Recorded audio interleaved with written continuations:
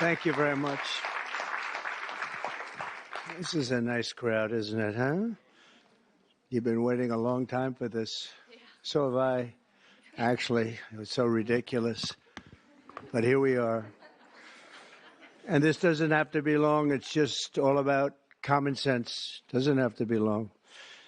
In a few moments, I'll sign a historic executive order to ban men from competing in women's sports. It's about time.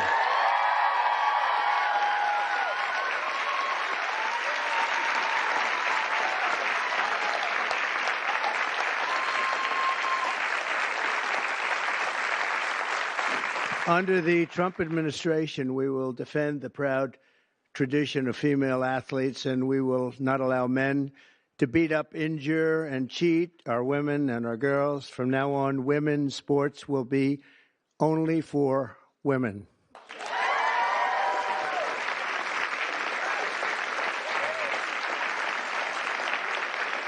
But before going further, I want to share some very exciting news from our military. After years of shrinking force numbers at levels that nobody has ever seen before, 4 years of this we went through, and missed recruiting targets every single month, it was just announced that in December, the U.S. Army had its single best recruitment in more than 15 years.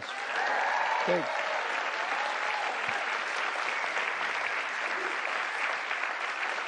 Every single day, nearly 350 new soldiers enlisted to defend our nation, and they're very, very happy to have done so. We've done lots of interviews, and we asked why this was taking place now, and they just said there's a spirit about our country that they haven't seen in many, many years, and I happen to agree with that.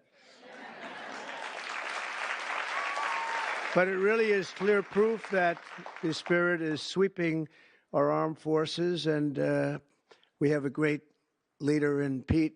As you know, we all know Pete so well. He's going to be fantastic, and so many of our great heroes, and people are starting to understand what hero is all about. So that is something that is very important. We've gotten the woke lunacy out of our military. And now we're very importantly getting it out of women's sports. That's taking place very strongly. So in recent years, the radical left has waged an all-out campaign to erase the very concept of biological sex and replace it with a militant transgender ideology. You heard a little bit about this, haven't you, huh? Just a little bit? Does anybody agree with them? No. It would be not a good thing to say yes right here. Female athletes have been forced onto the front lines, and men claiming to be girls have stolen more than 3,500 victories, that's a lot, and invaded more than 11,000 competitions designed for women. Last year, a male cyclist posing as a woman competed in the 800-mile Arizona Trail Race, a very big deal in cycling, and obliterated the women's course record by nearly 5.5 hours. Sounds like a lot, doesn't it, huh? 5.5 hours, but you have to hear the weightlifting records. You think that's bad. The weightlifting's worse.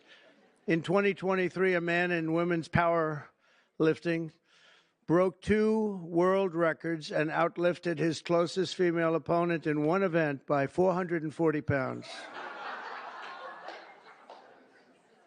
And they continue to defend themselves.